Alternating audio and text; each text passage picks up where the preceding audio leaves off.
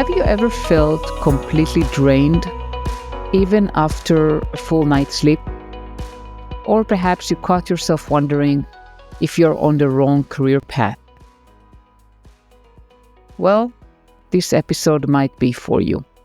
So hi everyone, and welcome back to From a Woman to a Leader, a podcast dedicated to discussing women's unique challenges in the tech industry. I'm your host, Limor Bergman-Gross, and today I have a great honor speaking with Victoria Mensch.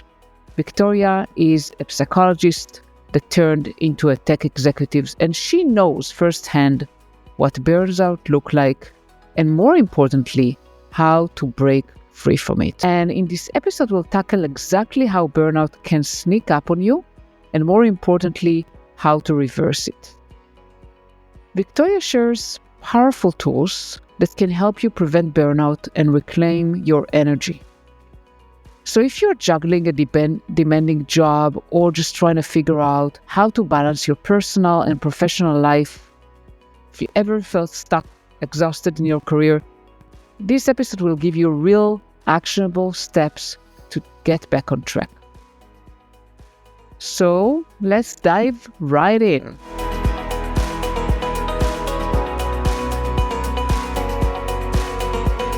Hi, Victoria. Welcome. I'm so excited to have you here today.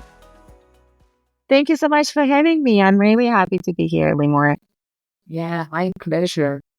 And let's maybe with kind of your career. I know that you transitioned, you started as a psychologist and then later pivoted into the tech industry. Can you share a little bit what kind of inspired that transition and how your background in psychology has influenced your approach in corporate world? Yeah, so I've done quite a few pivots in my life.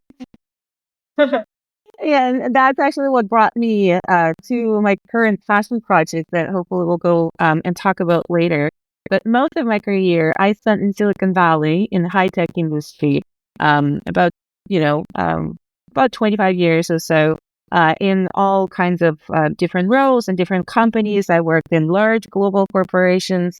I worked in startups. I had my own boutique consulting company all around innovation and disruption. But I started my career, as you mentioned, as a psychologist. It was a passion of mine. I really wanted to do that. So out of high school, I entered college and I got my degree in psychology. And then I actually got a PhD in psychology.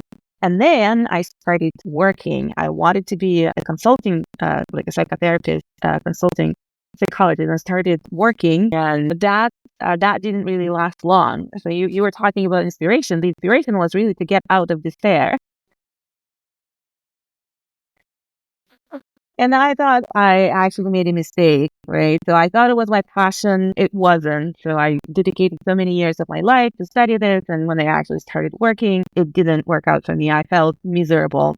And that was really an inspiration to pivot that, well, that's really for sure.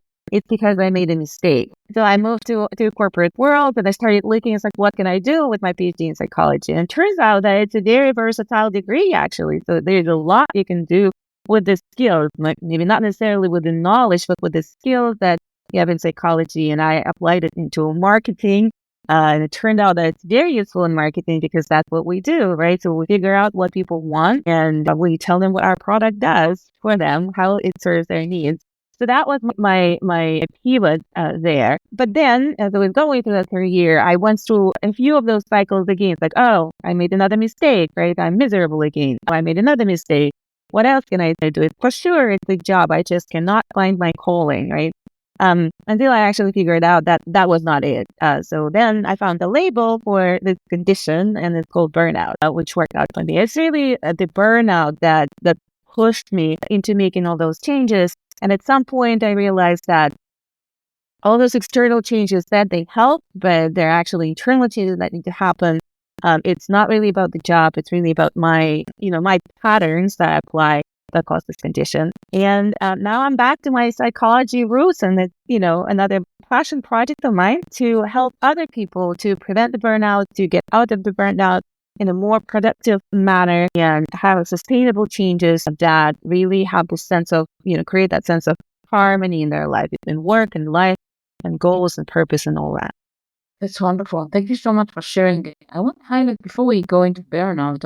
I want to highlight something you mentioned that you make mistakes. I don't know if it was mistaken or it was how it was meant to be, but it's like um, a message I want to give to our audience is that you can always change. You can always do something different, and you take with you all the skills that you earned, right? I mean, and you learned so much about psychology, and you invested so many years and so many degrees, but you gain from it. It's not like something that is wasted. Right. I think it's you're absolutely right, Limor, and I think it's very powerful, right? So it's a very powerful message. So I'm very happy that you're carrying that message as well.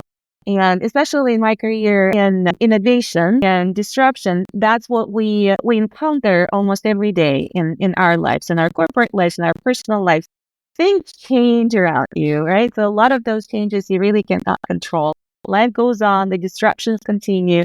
And it's very hard to predict. So it's really staying open to that and, looking at what it is that you can apply from here to there and not looking at anything that doesn't bring you your predicted results as a failure, but as a lesson, right? It's a lesson. It's an experience. You can learn a lot out of it and you can carry it forward. So almost to the point that at some point I decided that it really doesn't matter. It makes no sense to have regret.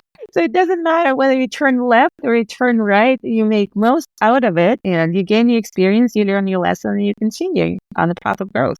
Completely agree with you, and I always look at that like that, and I try to encourage my clients and also, my loved ones, right? To always kind of don't beat yourself up, don't regret. It doesn't matter, even if you don't. You look back and you think, "Oh, I made a mistake. I should have done that." It doesn't matter because you can't change the past. Anyway. Just look at what you Mm-hmm. learned from that and what do you want to do and move on. I mean, I made tons of mistakes. I mean, we're not perfect. No one is perfect. And I also, I told my husband just a few days ago, well, I think that actually I should have studied architecture and interior design Mm-hmm. because I think this is really an area I'm really good at and I'm passionate about. But, well, I haven't done that. It doesn't matter anymore. There's Mm-hmm. no point in looking backward and saying, when I was 20, I should have done that. Well, Right. I'm not 20 anymore, and I can't turn the clock back. I can just look forward. Yeah. But it's interesting because in this particular case, right? So if there is something there, all of a sudden you think I'm really drawn to architecture, to design. I really enjoy doing that. There's nothing wrong with exploring it, kind of on the side, just keep exploring that. And I think we're living in a really wonderful time where there's so many resources to learn, to find out, to connect with other people and communities, those who like architecture. I know architecture lovers. I'm just making things up, right? But in that sense, bring that, joy that architecture gives you into your life without actually committing it to as a full blown career. Okay, that didn't happen. Now you think that maybe it could have been the path, but it's not the path that you took. But there's still and time and space in your life that you can create to explore this as a passion, right? Of course. Yeah. And you can always change. I mean, I changed my career, dramatically in my late 40s. I mean, you can always change and you take with you all the experiences that you gained and all the knowledge you have. It's not wasted, Mm-hmm. no matter what. I mean, even I Right. had a client that she was a stay-at-home mom. She learned a lot from that experience as well. So you gain knowledge and wisdom all. Right, right. Yeah. Oh, you learn tons from, managing a family, right? Being a stay-at-home, it's really managing a family. And it's a lot, right? So it's a lot of administrative tasks that go in there, management, the leadership and relationship and team building, what have you, right? So everything that can be really transferred into a more kind of standard professional career path. Perfect. And before we get into burnout, I just want to touch negotiation just a little bit because that's the Right. theme of my season, of this season. Uh-huh. And you mentioned that your negotiation skills evolve over time. So can you share some kind of, how it evolved? What were some pivotal moments? Right. So I think one of the stories that I like to share is that when I immigrated to the U.S. and I was looking for a job and I had a job interview, and everything was great. It really was a good fit, and the company was great, and all the people were really nice. And then the salary conversations came, and where I was coming from, it's not a conversation that you would have, right? So you say, well, this is your salary. This is, this is what you're going to get. And this is it. And you just take it or leave it and you go ahead. So I actually had no idea that you could negotiate around it. So whatever number they gave me, I said, oh, okay, well, it wasn't a big number, but I said, well, okay, I'm starting. It's fine. And then later I learned that it is actually customary to negotiate about this. So I had to learn the hard way. And for those who are out there, it's really easier to make those negotiations and discussions. I really like to approach this as a discussion because negotiation has a little bit of a connotation of like we're on the different side of a barricade, right? And we need to come to some kind of an agreement coming from a different positions. But from a salary perspective, it's really a discussion. The discussion is that what is it that I'm looking for? What is the company is looking for? And where is that intersection of those things? So, and it's much easier to do when you're starting a new company or a new position than to actually negotiate afterwards. Once you're already in the company, there are so many things. There's the inertia comes in. There are all this, kind of points that you already committed. Your own thing you already committed, right? You already made some changes. You already quit your previous job. Whatever that is, it's harder to negotiate or renegotiate when you're in the company. But when you're starting a new position, it's one of the points we really do discuss. Don't take whatever is on the table, whatever the company is. Don't take it at that value. Think about it, what works for you, what doesn't work for you, and make it a discussion. And that discussion, what I actually learned should be, I couldn't just come and say, well, what you offered me is not enough anymore. So it's been a year, it's an expensive place, so it's not enough for me. That actually is not the right way to do it. So I had to kind of consult with people who are much better negotiators and experts in that. And that conversation really went much better when it started to be about the value. So this is what I brought. This is what I can bring going forward. This is what it means for you, for the company, how you benefited. So it's only right for us to have this discussion that I actually brought and contributed much more than what we talked about in the beginning. So let's broaden that. So it's really a conversation about the value. Being as an employer, being on the other side of a barricade, right? I know this helps for me as well. Now I have that experience as well, hiring people, as a business owner and, retaining people. So that discussion works much better on that side as well. When somebody comes to you and says, well, I'm freshly out of college. I have all these student, loans that I need to pay, and this is an expensive area. So that's why I want this. This is not a very productive discussion for me on the employer side, because what I am buying, in a sense, right? So I'm buying that contribution, that value is something that person can bring. So when that person can articulate what it is that he or she brings to the table, it's much easier to make a decision of what the compensation should be. And I think that's actually the biggest opening for all of us and for the change within the system as well. If we start measuring in terms of value, because then it's much easier to think about, okay, well, part of that value goes to you as a contributor, right? And part of that value comes to me because I'm taking the risk of much bigger kind of production of the company. Instead of saying, well, this is the consumer good, basket that you can afford as a marketing coordinator. This is the consumer good basket you can afford as a marketing director. And this is a VP of marketing. You can buy a bigger basket, right? So I think that's really going forward. That's not a very productive conversation. A productive conversation is, what is it that you bring to the table? What is it that value that you contribute?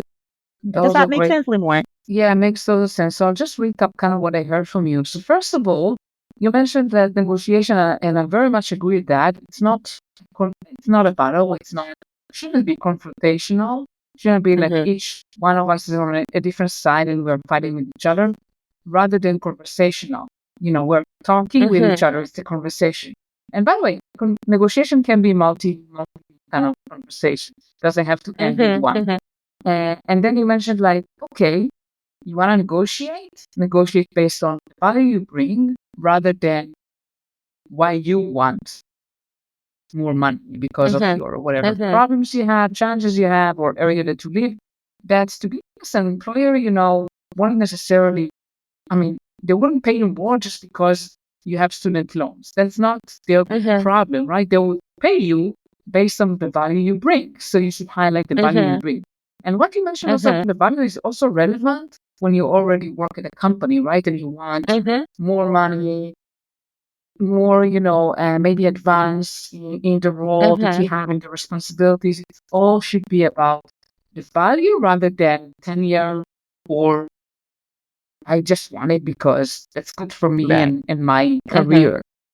How is it good for the employer? Yeah, so there are 2 points that I wanted to highlight. I totally agree with what you just said. So one of this is what helped me. That was a really big insight at some point to help me with my career and with my growth inside the company and outside the company. So even if you're not an entrepreneur, right? If you're not a business owner or anything, you actually can and should look at yourself as a business. When you're going and building your career is your business, whether you're a salaried employee or a business owner.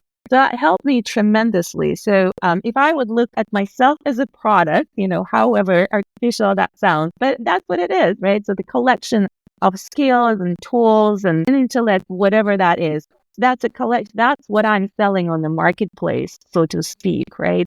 And that's my business. And the way I handle this business, the way I present this business, the way I grow this business, the way I develop this business. And so that's actually what a career is. And when you act this way, when you put yourself in those shoes and you come to the table, to those negotiation table for the salary, and or any other negotiation, right? So when you come to the table with this kind of mindset, I think that really makes a difference because it puts you in the place of self responsibility. And now, actually, I am at the steering wheel of this because I know what I'm doing, right? So I know which way I'm driving. I know why I'm doing this the way I'm building my career, right? So that's my product, that's my business. So I just decided that, I build it within the organization as a salary employee, but equally I can take it and build it, as a solo entrepreneur. So I think that actually, and I can tell you that again, from the employer perspective, it's so much easier to work with people who look at their career like that because they're continuously looking for improvements, right? So they're continuously looking for ways to contribute. That's one point that I wanted to address. And the other point is on the value perspective. It actually interestingly links back to the burnout because a lot of times that's how we lose control. So if we don't measure our results at work in terms of value, we start measuring it in terms of kind of external validation from other people. How many hours I spend there? How quickly I answered an email from my boss? Did I get on that, phone call at 4 a.m. in the morning, even though I have two screaming, babies on the background? So you're losing that measuring stick of the value that you bring to the table, and that's how you blur your boundaries, right? So that actually what helps you to establish those boundaries back and take control. Yeah, love that. And for sure, what you said about you are the product and you need to invest right in yourself Yeah. and be proactive. I very much resonate with that. And as when I was managing people, corporate, there was a huge difference between people who thought that tenure, like they're in the seat for enough time, so they deserve something, versus people who proactively wanted to upskill themselves and proactively took measures into bringing more value and advancing themselves. So that's a huge differentiator. Right. Right. And then if you think about it, then you actually start looking at yourself as a whole person, right? It's not just a career. It's not like a job that I need to advance in. You look at yourself like, okay, I'm an athlete here, right? So I'm a whole person. I have desires. I have hobbies. I have things that bring me joy, and that joy is important for me because that will help me to advance that whole thing, and grow that whole thing and invest in the whole thing so that I'm a wholesome person, not just, 9 to 5, peg in the machine that performs tasks. And let's say kind of shifting to burnout, because I know that you mentioned that you several times identified that actually it was burnout. So how do you even identify what is burnout? How do you know that you're burned out? Yeah, so I wish I knew that when I started as a psychologist. I said, oh my God, I really don't like people. Because obviously, right, it's not that I did not like people. So the red thread in the burnout, seriously, the definition is that it's actually exhaustion, kind of like chronic exhaustion. You feel exhausted.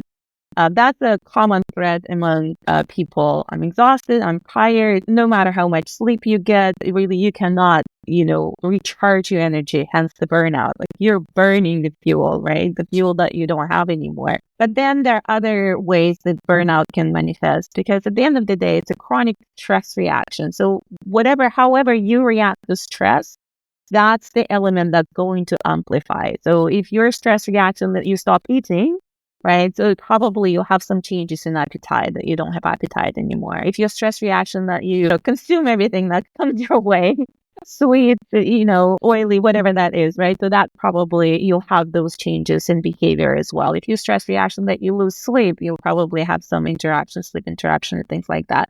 But overall, it's really lack of motivation comes on in as well, because it's exhaustion, right? So your stress mechanism is running over time, and your body cannot switch and your mind cannot switch from there as well. So from my from in my experience, right? So that's how I felt. Like I cannot, if there's one more person comes and starts talking about their problems, I don't know what I'm going to do. So now I know the biggest problem for me at that time was really those boundaries, right? So I really did not put the boundaries. There's a lot of research done on the burnout that people in service profession actually burn out quicker. So the research of the burnout actually came out of the research done on medical professionals. So there was a guy in the late 70s or something. He did the research on doctors and nurses in emergency rooms. And you would think that these are people who really, most of them, they came to that profession out of passion, right? So out of their desire to help people, to save lives. And it is a service profession. So you give to people. And those kind of service professions, they burn out quicker than other professions, because you give, and you did not build a mechanism to replenish that energy, to put those boundaries, to recharge. So that's kind of where it's coming from. So if you feel exhausted, unmotivated, if you notice some changes in behavior, there's a formal checklist. Actually, you can go online and it's free, and say, well, am I in burnout, or am I in danger of a burnout? So yeah, Perfect. So we'll share that. yeah. And so you mentioned eating habits, sleeping habits, and overall like stress. And I remember that in one of the jobs I had, I was burned out because I was constantly under stress, because of a manager that was putting a lot of stress on me, and it really affected my personal life. I don't know if it affected my eating or sleeping habits as much, but I was like constantly, it was top of mind for me. Okay, what would my manager say? They're unhappy with me. I was constantly talking about it all the time with people around me. So I noticed that it's actually consuming a lot of my energy, also Right. outside of work. And I realized, okay, that has to stop. That's not healthy. And let's say you kind of identify that you're burning out. What should you do? What's some strategies Right. to go with that? Yeah. So I like to talk about 2 levels of dealing with a burnout. And the first level, I think whether you're in burnout or not, all of us, I highly recommend all of us to master this technique. Like this is stress management technique. The burnout is a chronic stress. You don't need to make it chronic to start doing some stress management.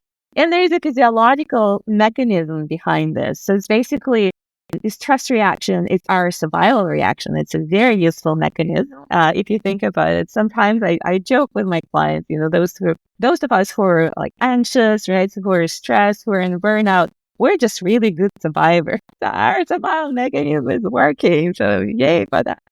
But it's a fight or flight response, right? It's a fight or flight response. Usually in natural environment, and it's kind of the way it was meant to be. If there is a life-threatening event that's happening somewhere, I don't know, lion in the bushes, whatever that is, your whole body really mobilizes around, that need to survive. So your adrenaline goes way up. Everything else shuts down.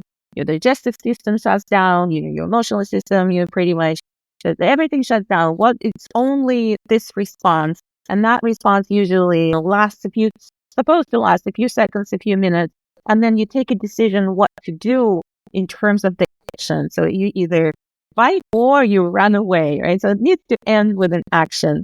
So what happens in our lives, in our comfortable lives, is we don't have a lot of lions, hiding in the bushes anymore. But that mechanism is still there. It wants to keep us safe. So we start assigning this life-threatening meaning to other things that have nothing to do with threatening our lives.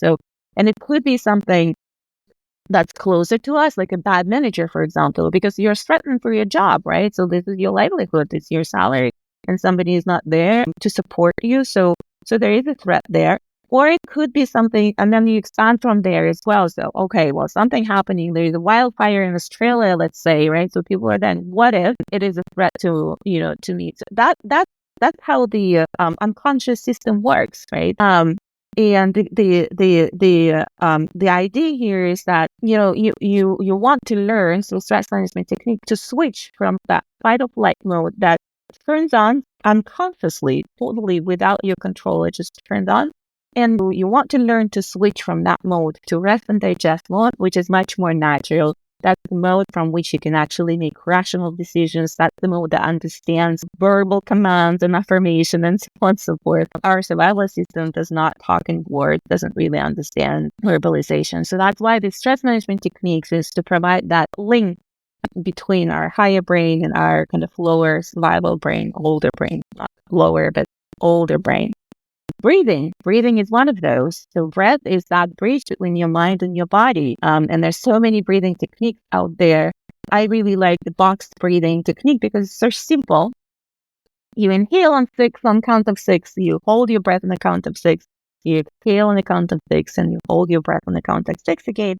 What it does, it oxygenates your blood, basically. First, it deprives it of oxygen, and then it actually releases oxygen in your blood.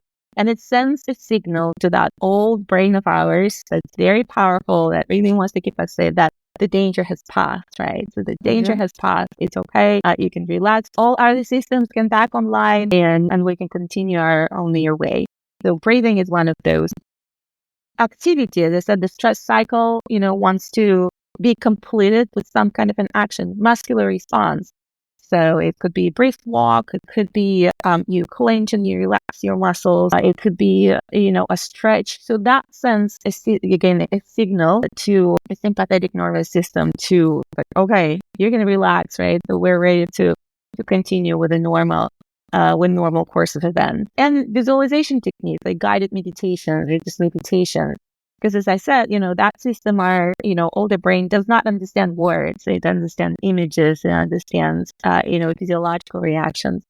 So like 5-10 minutes, sitting and breathing or, turning on guided meditation. There's tons of them on YouTube that you can look up.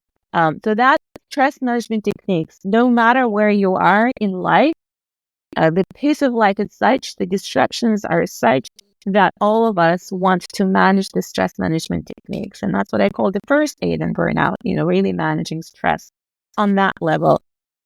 But the second level is really creating those sustainable changes in your behavior and your mindset. So that's a different set of tactics and tips and practices that we can talk about. But kind of the stress management is something that applies, I think, to everyone. Yeah, definitely. And so I'll recap about this first level, and it very much relates to many of the things you said. It's about breathing. It's about meditation, any kind of meditation, whatever suits you, and also activity. I very much relate to that. I always encourage my clients to do some kind of physical, like body movement, some kind of activity, whatever they feel like is good for them. I like running. I like going to the gym. I mean, while listening to music that inspires me. So that gives me a lot of energy, a lot of positivity, and also maintain health. So everyone, find whatever works for them. Some people I know like to meditate. Some people like to start with, you know, gratitude in the morning. That's another strategy. Find what Mhm, works for you. mhm, mhm. Right. Yes, exactly. But what if you think about it, the stress management techniques, what I usually say that this is kind of like a first aid, right? It's kind of like a band-aid. So you have a scratch in your arm, you put a band-aid. It's not necessarily something, it helps momentarily, it helps temporarily, but this is not something that will, create those sustainable changes. And a lot of, so if you do search, for example, on burnout and how to prevent burnout, a lot of people will really stop at that. Well, go take a break, right? And then you're going to be fine. But as we talked about earlier, the burnout really, what especially in my life, I almost at this point, I'm looking back and almost say, well, it was a blessing actually that it happened to me because it's kind of like a canary in the mine, right? So it's a signal. It's a signal from your body, from your mind, from your spirit saying you need to make changes, right? You make to make whatever it is that you're doing, it's not working for us, right? Whatever it is that's happening, it's not working for us. You need to make changes. So, and that's what we're talking about. And those changes are really changes in the mindset. So the first thing you realize is that first of all, there's nothing wrong with you. Like you're okay where you are, and you can be better. So one of the things that I really like talking about is self-care. So that's what we start with. That's how I started. From my kind of burnout to harmony journey as well. And what it is creating space in your life for things that bring you joy, bring happiness to you. So basically, you put together a list of 20 things that you like to do for no other reason, but because you like to do it. Not because somebody asked you, not because it's useful, not because it's good for your health or, it provides return for investment. No, there's no other reason for you to do them just because they make you happy. And I challenge anyone to do that. And I keep telling that when first I started to do this list, it took me 2 weeks to complete. Yeah, 20 I is a stopped lot. in number 3. Yes, exactly. I stopped in number 3. And I said, you know what? I don't even remember what I like anymore. I know I used to like things. I know, activities that made me happy, but I don't remember what that is anymore. So that's what burnout does to you, right? So what it's not. This is what you did. You go when you perform your responsibilities, and you respond to all those pressures from outside, from inside, from your internal critic, from your external expectations, and you actually completely put yourself, your authentic voice, somewhere on the back burner that you don't even hear it anymore. So the self-care really does that. There's explanation for it, but I think what's good about this particular exercise that you don't need any explanation. You just say that I'm going to postpone my judgment. I'm just going to put a list of 20 things that make me happy. And it could be really nice. And it's like, well, taking a nap in the middle of the day makes me happy. Right? Doing my nails make me happy. Brewing my own coffee in the morning and a really good, like high quality coffee, that makes me happy. Standing under the sun for 2 minutes in the middle of the day, that makes me happy. And then you go further, right? So it's like, well, what did I like to do when I was 7 years old? Right. Because I don't remember anymore. Oh, I remember I like to dance, right? So whatever it is for you, it's like, oh, I remember I like to sing, or I like to play tennis, and you continue. So it takes time and effort to actually reclaim those parts of yourself. So that's the first step. The next step is actually do this thing, and the exercise is to put three of those activities from your list on the calendar every day. Every day. Okay. I will Every go. day. Coffee is definitely like a one that it's very easy to implement, Yeah. and I love coffee. So Exactly. Exactly. It's like, I'm doing this for me because I really enjoy it. It makes me happy. So basically, you create room in your life for that happiness. And what that does, these are the moments that recharge your energy. And I said, that's the moment that when you reclaim your true self, like, oh, I hear my voice, that makes me happy. And then you come home from work and there's all these things and you can, go wash dishes and you can, I don't know, go vacuum a floor, whatever that is, or you can go take a nap, right? So it's like, what I really want right now is for me, I want to take a nap. Right. So can you imagine after that nap, you reemerge a totally different person. This is still there. Nothing is going to happen with them. So this is really prioritizing your happiness and your joy. You're giving yourself permission to experience that because it's important. That's uniquely you.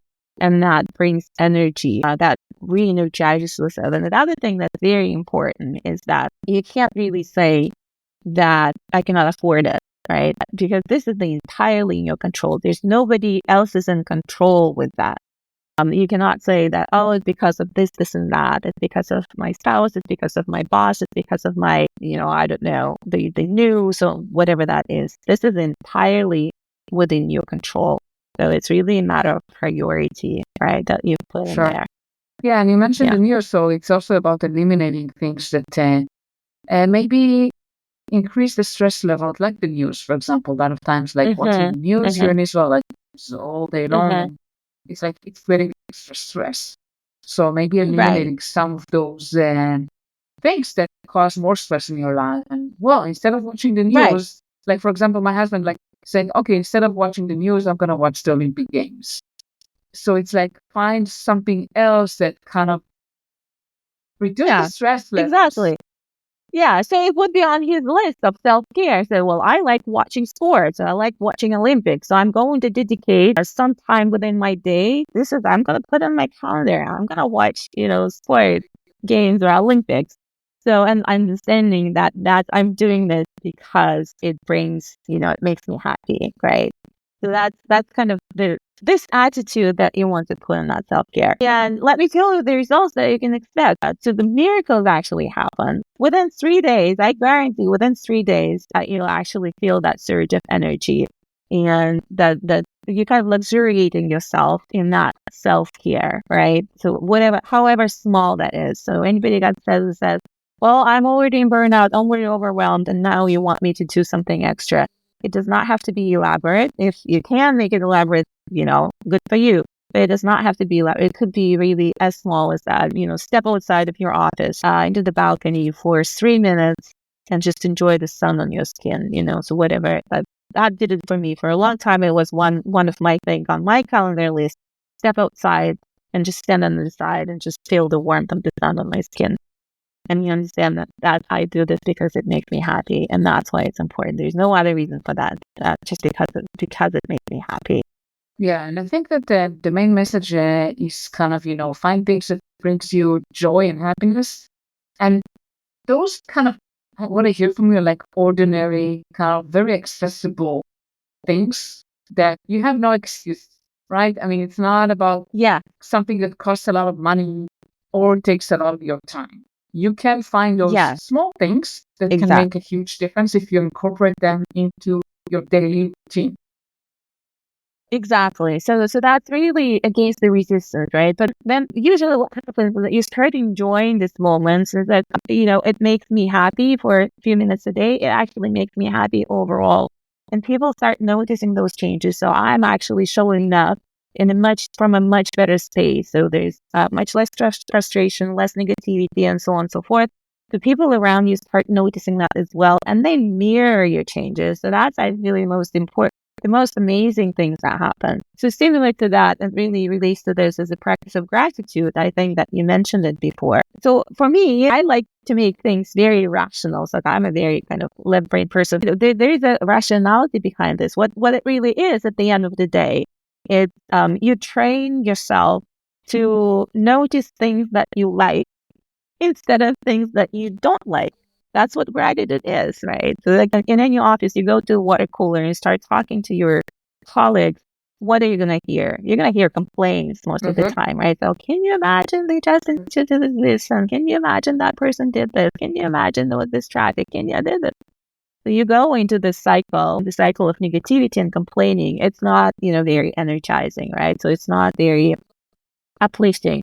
But what you can do consciously, you can actually find things that you like. right? And I'm not saying that you make them up. They shouldn't be articulated. Genuinely find something that you can thank the other person is. So the practice is find three, find three occasions in a day to thank someone for what they did. It could be very small. Somebody opened the door for you and you said thank you, right? So somebody brought you coffee and you said thank you. Somebody smiled at you and say thank you. So you're constantly on the lookout for things to be grateful about.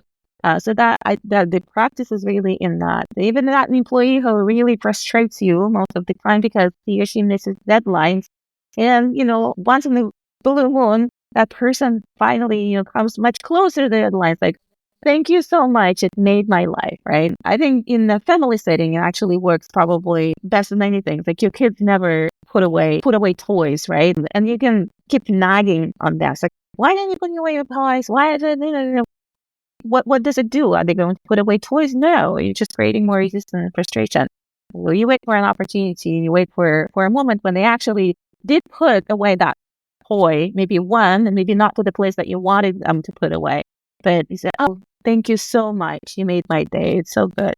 So things like that, right? So you're continuously training. It's like a muscle in your brain. You train your brain to notice things that you like instead of things that you don't like. That's what gratitude is. And you can do gratitude journal, gratitude jar, whatever that is. But that's that, yeah. And what it does actually, it's also very amazing because people, again, they mirror back to you. You say thank you to someone who opened a door for you. What it's going to do? It's going to say thank you back, right? So you're actually bathing in a sea of gratitude. Everyone around you is actually responding back the same way. But that's how you change your reality. Those are so incredible, actionable, and wonderful strategies. And I want to thank you so much. And Victoria, before we end, how can our listeners find more about you and what you do and whether you have?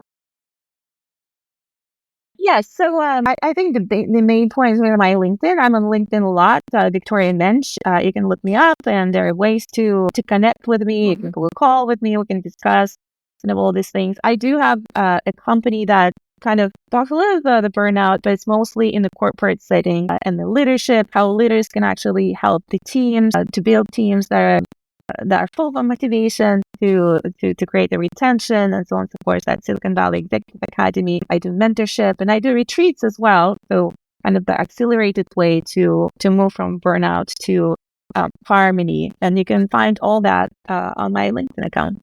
That's wonderful, and this is very much needed. Thank you so much, Victoria, for sharing all your wisdom today. Really enjoyed our conversation.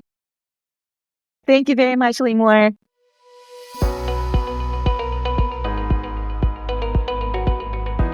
Hi everyone, Limor is here, and thank you so much for listening for the episode with Victoria. Before you go, I want to give you a sneak peek for next week's episode. And I have the pleasure speaking with Elle Ramel, and she is a Chief of Staff and Head of Inclusion Partnerships at World Business Chicago. And Elle shared powerful insights into how women and non-binary individuals can break through barriers in tech and entrepreneurship, especially when it comes to raising venture capital. So I want to call out for all the women entrepreneurs out there. If you're looking for ways to raise capital, I think this episode is going to help you, and all women in tech. And if you want to grow your career, advocate for yourself, don't miss out this episode. So stay tuned and I'll see you next week. And before you go, don't forget to subscribe and share this podcast with whoever you think it's going to be valuable for. And feel free to reach out to me and share with me any feedback you have and any topics you would like me to talk about or any guests you want me to bring. Thank you so much for listening and see you next week. Bye.